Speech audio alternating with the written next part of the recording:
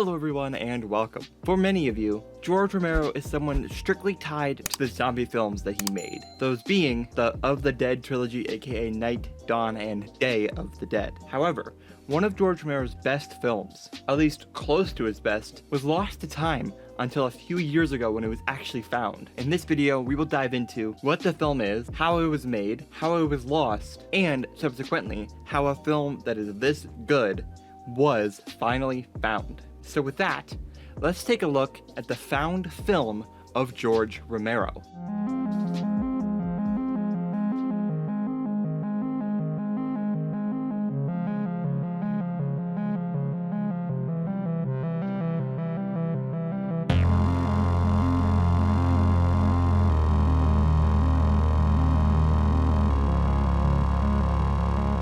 Many of you know George Romero just from his horror movies and his zombie pictures. The movie we're talking about is a horror picture, but if I told you the following is true, would you believe me? So first, let's understand the history of the film and how it got lost in the first place. The film was filmed in 1973 and first premiered in 1975 at the American Film Festival. It never found a distributor, and therefore, that was the first and final time it was ever screened for almost 48 years. Then, a 16mm print of the film was finally found. And you may be asking, how was this film never found, and why didn't George Romero just release it himself? Well, that's where this story gets interesting, because he actually didn't produce this movie the way he normally did. The Lutheran Service Society of Western Pennsylvania is the official producer of this film. They attempted to have George Romero make an educational video about elder abuse, and what it means to get old. They used it for a little bit, but then eventually they thought it was just a little bit too much or a little bit too edgy, and they put it on a shelf. And there it sat for years until that 16mm print was found and sent to George Romero and his wife. This was actually shortly before his death in 2017. It was then finally given a 4K resolution and released to Shudder, which is where I actually saw it for the first time. This film's journey to get viewed by the public was a tough and difficult journey. But what is the film, and was the film worth the struggle? So just let me tell you about it. First, let me tell you that the film is actually only 53 minutes long. It's not a full theatrical film because it was never intended to go to theaters in the first place. The movie starts with information about how the film you're about to see is about elder abuse and how it's meant to be viewed metaphorically, not literally. And without getting into every moment or beat of the movie, it starts out with this older man. He opens up this door in this white pale room, and he opens the door and there he goes into the amusement park.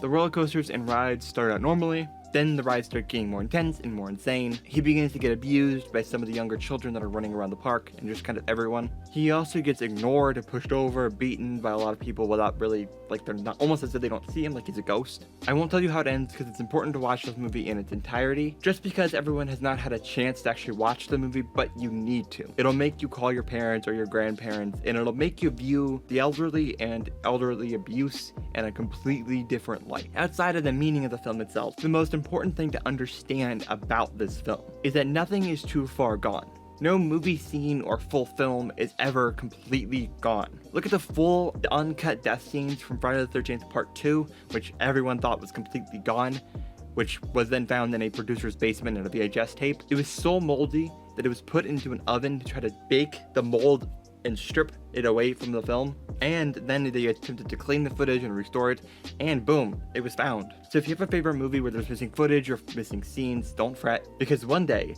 you may get to see everything that you've ever wanted. Thank you all for watching. I deeply, deeply appreciate it. If you want to follow me, which you can, it's on Instagram, it's at Media by Company, TikTok is at Media by Co, Patreon, it's all about movies and stuff like that. We do commentaries on there right now, getting a new commentary out to you guys very, very soon. Listen to all the podcasts on the Media by Podcast Network. There's Diary of an Indie Filmmaker, that's all my director career stuff. Exploring Cinema is all about just exploring cinema with me and my fiance. An incredibly fun time. We watch a movie, we talk about it. That's all it is. Check it out. It's fun. You can watch the movies with us if you know the movies ahead of time, or you can listen to it after you watch the movie or before you watch the movie, kind of whatever you want. Let me know if you guys would want to do listen to a commentary track with Alex and I, because I think that would be fun. I think we think that would be a lot of fun, actually. Let me know in the comments down below if you would like that. And Slash It is for all things horror movies. And we have some other ideas for podcasts coming out. We don't know if it's actually going to happen or not, so I'm not going to tell you any ideas about it, but I'd love it. I love the idea. I don't know how many people have done this. I know people have done things similar, but not about this specific case. More details to come on that. Just hold out for that. But thank you for watching. Thank you for listening. Thank you for doing everything. It's one of my favorite things I've ever done, just this kind of thing. So every time you click, every time you watch anything, I really deeply appreciate it. You can find everything you need, all that stuff. Go click some links, click some buttons, subscribe, follow, like, all that stuff. It means everything to me. I can't thank you enough. So thank you, and I will see you in the next one. Peace.